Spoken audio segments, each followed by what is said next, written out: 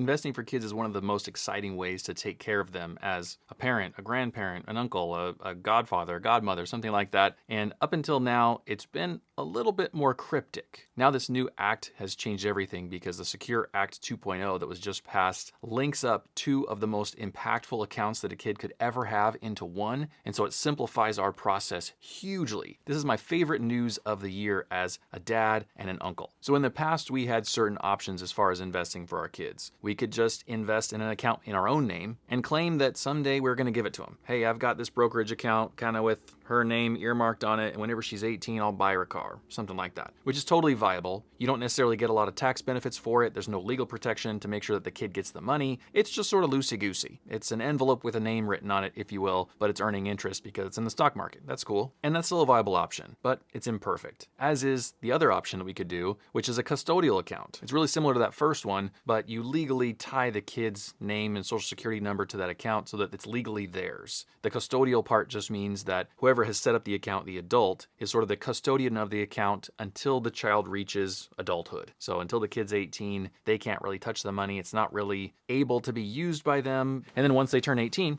there you go. It's yours legally. So that's really good if you're kind of sketched out. Like maybe you want to make sure that the kid gets the money because their uncle may use that invested money for something that he wants, like GR86 or like a Mazda Miata race car or something else. So this way, if it's in that account, you know that the child's going to get the money regardless of what Uncle Brendan wants to do. So the legal protections are good, but there's still no special tax treatment. There's still no special incentive to use those accounts that helps us or helps the kid to make the most money possible over time. Until now. What this new law has done is join together the best college savings plan with the best retirement plan. This is totally incredible. I don't hear enough people talking about this. I think we're still trying to get our mind around it and really wrap our head around like what this means, but it's huge. So the first part of that is a 529 college savings plan. In the past, and still I think today, it's the best way to save for a kid's college because it does allow for some tax breaks depending on where you are. A lot of times that's handled state by state, so you need to actually look up where you live as far as if you can get like an income tax deduction on this and if that'll help you out. But in any case, that money then grows tax-free once you've invested it. So let's say you're investing for the kid since they've been born, you get 18 years of tax-free growth to then, hey, here you go, Johnny. Here's a great big lump of money for you to use for school. It's very cool. And that money can be used penalty-free as long as it's for approved educational expenses. Very, very awesome. There was a big problem with it in the past, and that was the question everyone had, which is, what if my kid doesn't go to college? What if my kid doesn't go to a private school before then and need this money? What happens with this money? Are we going to get like hit with taxes and penalties, and is it going to end up not being worth it if we've sent all this money with this very direct and clear path to then have this regret later on because we don't use it, right? Well, the common wisdom in the past was to say, hey, even if little Johnny doesn't go to college, then just transfer the money to someone else's name, like in the family. So you can transfer it between parents, children, cousins, brothers and sisters, I think even grandparents. Like there's a pretty big circle of people that you could transfer that money to. So you find out that Sally is actually going to go to college. And maybe you just trade hands with some money. Hey, write me a check. I'll transfer the 529 over. Bada bing, bada boom. Everyone's happy. But if you're like me, you're probably feeling a little bit like conflicted when you even hear me describe that. You're going, yeah, but then I got to negotiate with this relative to like make sure that we send the money. And then maybe it would be better if I just kept the money, or maybe it'd be better if I didn't even use that account. You know, people have that kind of hesitancy towards it because it does feel a little bit complicated. And so the government basically saw that and said, we need to incentivize this even more. And that's what they did by linking it up with a Roth IRA. In the past, you could technically have a Roth IRA as a minor. The trick there is to make sure that you have earned income. They're able to invest that money then as an employee, earning real income into a Roth IRA. But you can't just invest gifts. And so that meant that it was a pretty decent loophole for people to try and get through because not all of us have like a business where I can write my kid a paycheck for mowing the lawn and whatever, helping me make videos or something, which I haven't done. Maybe I should be doing. But for a lot of us, that's just not really an option. So we kind of rule it out. We go, yeah, you can have a Roth IRA someday when you get a job. Then we'll think about retirement. You're so young, we don't need to think about it. But we're missing something in that because the power of compound interest is more based on time that we have invested than it is investing a lot of money at the right like stock or investing a lot of money once you're 50 and you're making a good income. You're going to miss out on decades of growth by doing that. So this new union of the 529 and the Roth IRA gives us like the best of both worlds. You can save for college and you can end up saving for retirement when the child is still really young, single digits, even before they're born potentially, which gives you the most time for that money to grow. It's so cool. Here's how it's going to work. Starting in 2024, when this goes into effect, people with a 529 college savings account can move up to $35,000 from that account into their Roth IRA over the course of their lifetime. So think of it like two separate entities, like two separate ponds are now linked by a channel in the middle. And you can't move all of the money from the 529 into the Roth IRA. You can't be like shoving hundreds of thousands of dollars in there if you're thinking this is some kind of like tax shelter for your kid.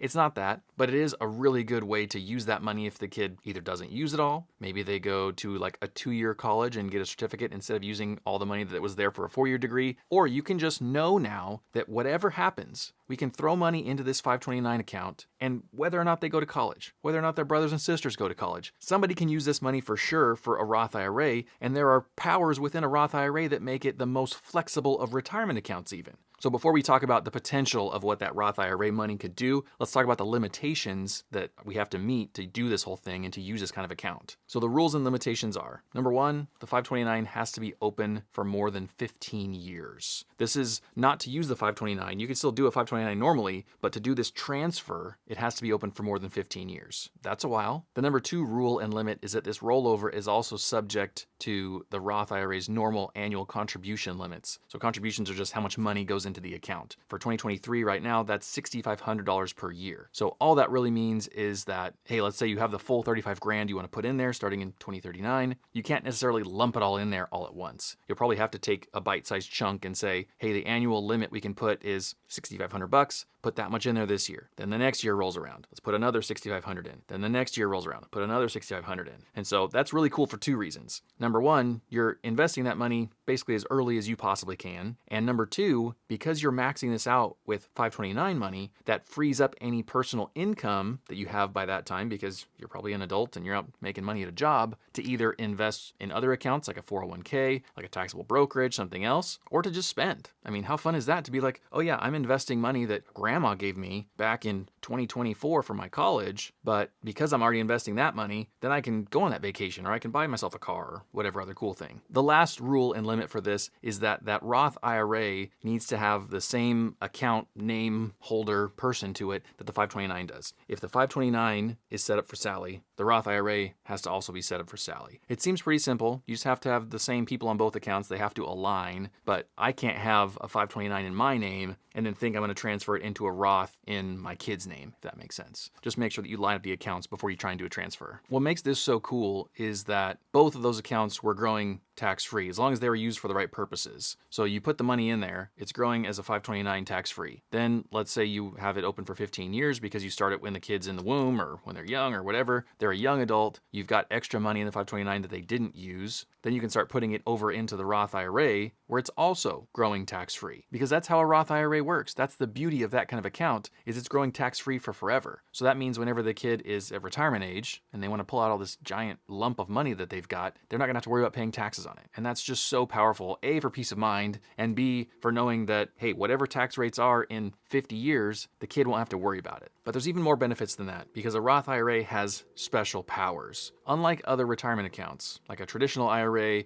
like a 401k, whenever you try and pull money out of those, there's penalties. But a Roth is not like that. A Roth allows you to take money out for approved expenses. There's things built into that that allow you to take money out whenever you're buying your first house. There's a rule in there called the 5-year rule, where as long as the account has been open for 5 years, you can take out the contributions that went into it. We got to remember, contributions are the money we put into it. Earnings and profit and stuff are the rest of the money that's in there. So let's say that you're 25 and you've got $35,000 that's been rolled over into this Roth IRA, and you're going, hey, I would like to save for retirement. That's really cool. Love that. Also, I need 25 grand as a down payment on a house. And you've contributed 35 grand to the account. You just take out 25. It's not a big deal. So that's something that a Roth has that these other accounts don't have, that gives you this huge amount of freedom and flexibility. As long as the account's been open long enough, you can take the money out that you've put in. Now, I don't recommend doing that because it's going to totally like crush the earning potential of that money because it's not there in the account anymore. It's not invested. It's not growing for you. But a lot of people had to dip into their retirement accounts last year and the year before that because of the pandemic. And that's what happens sometimes. Life strikes, things happen, things get expensive. And when you have this big lump of cash that's sitting there invested and you don't have cash elsewhere, that it kind of makes sense to go there and draw from that instead of like putting it on a credit card or doing something else that costs you a bunch of money in debt and interest. So a Roth can prevent you from getting hit with the taxes and the 10% early withdrawal penalty that you get with those other kinds of accounts. Think about how you can keep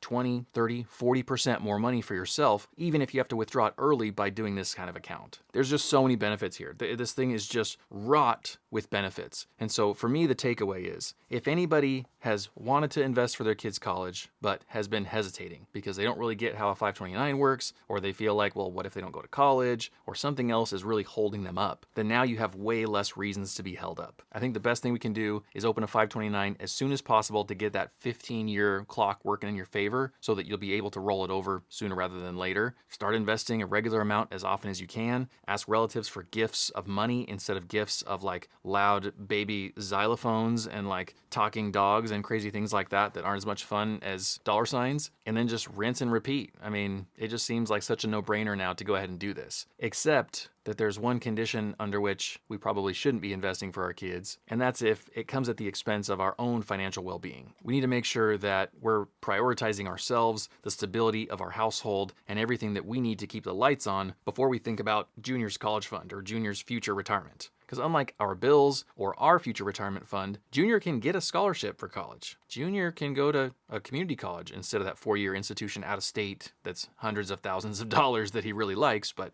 that's very expensive. We've got to make sure that we're kind of sorted first before we go way out on a limb and try and take care of our kids. And that's why my wife and I prioritize our own investing way more than anything for our kids. I think we have $75 a month or something like that going into a 529 right now that is set up in our kid's name. And hey, it's a lot more than nothing, but we're investing heavily for our own future and our own retirement because we realize that no one's coming to save us whenever it comes to that kind of thing. I realize that some of you may be kind of lost because I used a bunch of terms and talked about Roths and taxes and how all these things kind of tie together, and a lot of those terms are not natural for people because we're not like taught finance in school. And because of that, I made an online class that is linked in the description that you can take for a hugely discounted price for a limited time. Basically, the first 100 subscribers to this channel will get the course at like 95% off. So I wanted that to be available to you because I wanted everyone to have access to the course, but frankly, I got kicked off of Skillshare. So that really annoyed me, but they don't allow you to have classes on there that have any kind of money reference or professionalism or need to be like an expert in. All you can really do on there is everything else besides that. So I had this vision to make this class available to everyone who wanted to learn more about the stock market, to genuinely help people and to help people on that platform, because the old investing courses that are on there that made it through somehow and still exist are not the best. I don't think they're great. So I was like, hey, let's help people. Let's put this course together. Let's add some real value to your life and explain everything in the stock market, including investing for your kids, investing for yourself, how taxes work, how to set all this up, what are the best services to use, all that stuff. Turns out, can't have it there. So I've got to have it on this other platform, and that means you got to buy it like a la carte. It's somewhere between $10 and $20 right now. If you want to learn everything that you need to know about the stock market, including everything about investing for kids in more detail than this video, check out the link in the description to go and see that class. Now, in the meantime, if you just want to kind of skip to a part of one section of that class and see what the best investing services are for beginners this year, then click on this video and watch that next. And the secret comment word for today's video is rocket. All right, thanks. See you next time. Bye.